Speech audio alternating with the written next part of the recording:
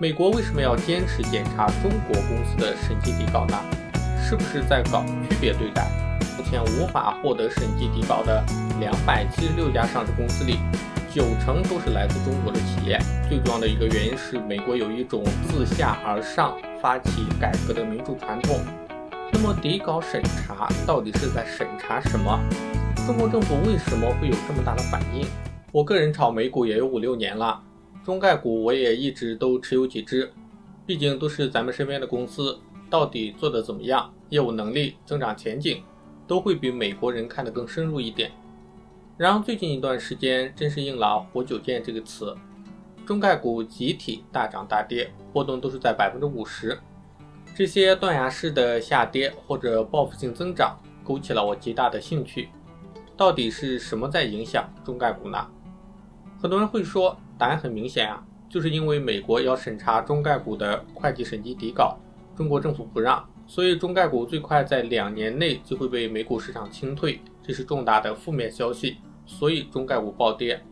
而暴涨是因为中美双方可能会在这个问题上达成妥协，中概股不会被清零了，这是重大利好，所以中概股暴涨。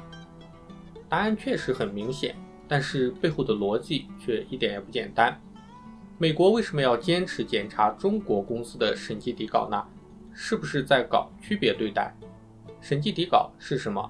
为什么会这么重要？甚至牵扯到国家的安全问题。美国的审计工作是怎么样做的？是不是就是为了窃取中国公司的机密信息？今天简单和大家聊一聊这些话题。第一个问题，美国为什么要坚持检查审计底稿呢？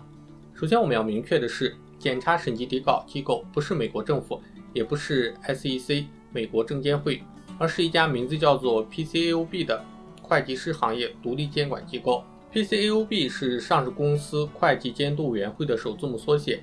这个机构在2003年成立，它的成立最主要是因为美国的一部法律萨班斯奥克斯利法律。这个法案的通过又是因为当时一桩美国历史上最大的破产案，安然公司破产。安然在破产前一度是美国的第7大公司，主营业务是天然气和电力，员工有21000多人，每年报告净收入有1300多亿美元。为什么说是报告净收入呢？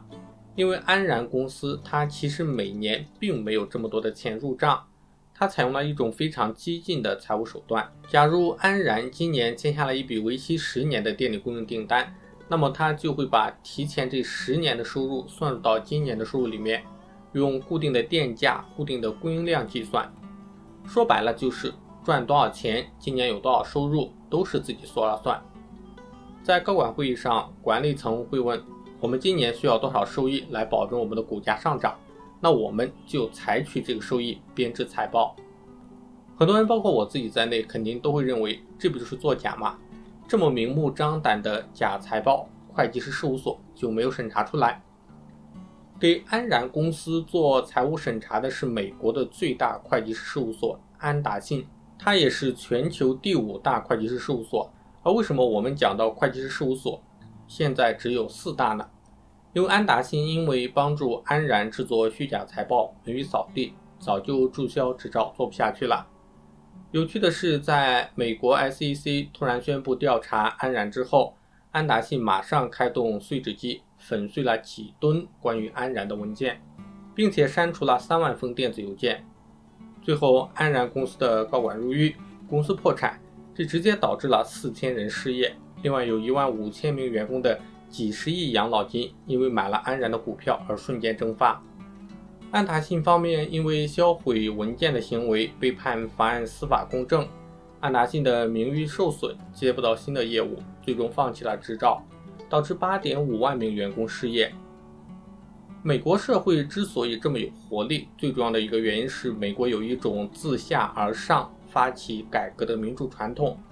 安然事件之后，萨班斯奥克斯利法案通过，该法案明确制定了审计报告编制的标准，限制上市公司在审计时提供任何非审计的服务，并增加公司与松散实体关系的财务披露，以此来阻止安然公司破产案的重演。另外一个很重要的一点就是成立 PCAOB 这个独立的会计监管机构。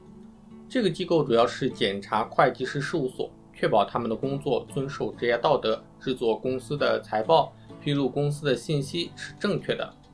根据 PCAOB 官网的数据， PCAOB 目前无法获得审计底稿的276家上市公司里，90%都是来自中国的企业。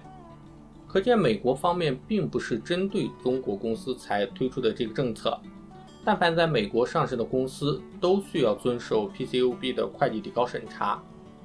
那么底稿审查到底是在审查什么？中国政府为什么会有这么大的反应？首先需要明确的是， PCAOB 并不会直接到中概股公司去检查公司的内部文件，而是到会计师事务所检查会计师事务所的文件。PCAOB 的总部在华盛顿，在美国11个州有办公室，大概有800多名员工。PCAOB 的检查员要求必须是注册会计师，而且至少有7年4大的工作经验。确定检查后， PCAOB 会派人到事务所进行现场检查。美国本土的小型事务所检查一般是2个人，检查时间是1周，而对于4大事务所的检查，检察员一般是有60-70人，时间更是要持续1年。对于美国以外的事务所检查，一般是6到10人，时间是4到6周。不管是在境内还是境外， PCAOB 的检查都有一套标准的流程。按照在美国本土的做法， PCAOB 在检查前会和检查对象进行沟通，协商确定合适的检查时间之后，再下发正式的检查通知。在这份检查通知中， PCAOB 会说明检查内容，并请被检查的对象准备好相关的资料。检查人员并不会查看所有的工作底稿，而是采用抽查的复核的形式。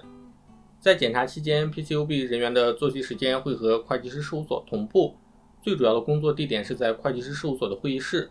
PCAOB 的餐饮、住宿、交通等后勤都是检查组自行负责的。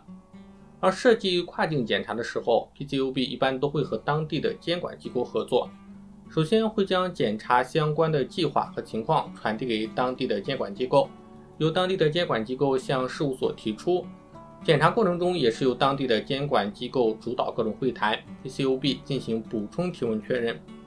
当地监管机构和 PCAOB 一般会在同一个会议室办公。另外，美国 SEC 不会参与 PCAOB 的检查，但如果在检查中发现会计师事务所违反了 SEC 的管辖范围的法律法规， PCAOB 就会向 SEC 通报情况。这样的检查流程在我看来是完全没有问题的。尤其是跨境检查的时候， PCAOB 会和当地的监管机构进行合作。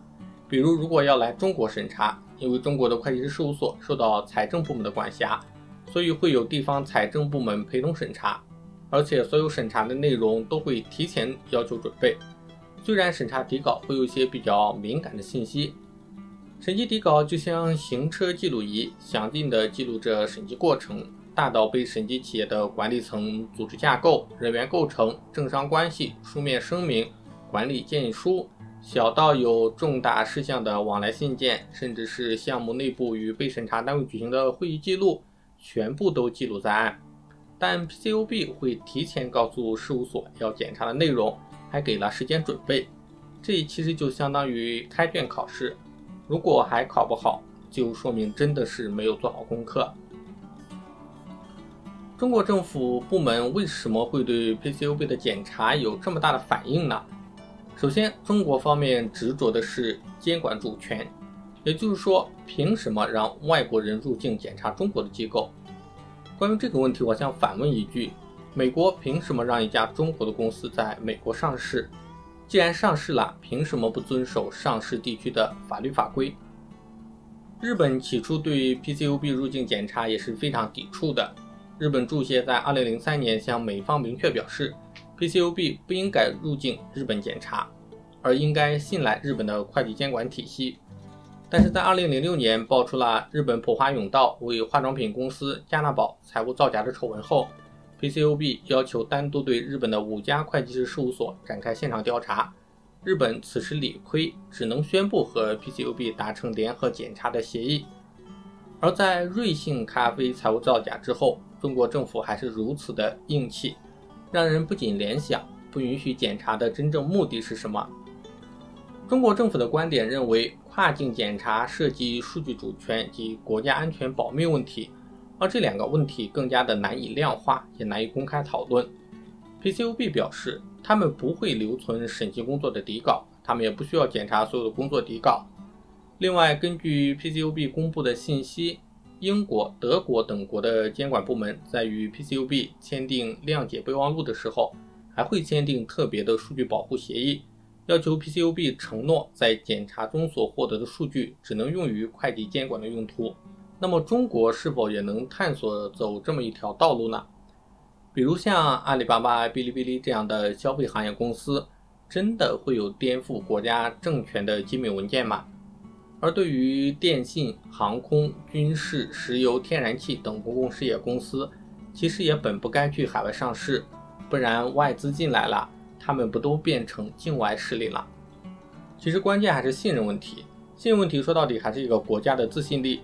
只有国家对于自己充满自信，认为自己的制度、文化和商业更有吸引力，那么这些都只会变成文化输出地，而不是国家机密泄露。以上就是本期视频的内容，如果大家有什么想法，欢迎在视频下面留言互动。那我们下期再见。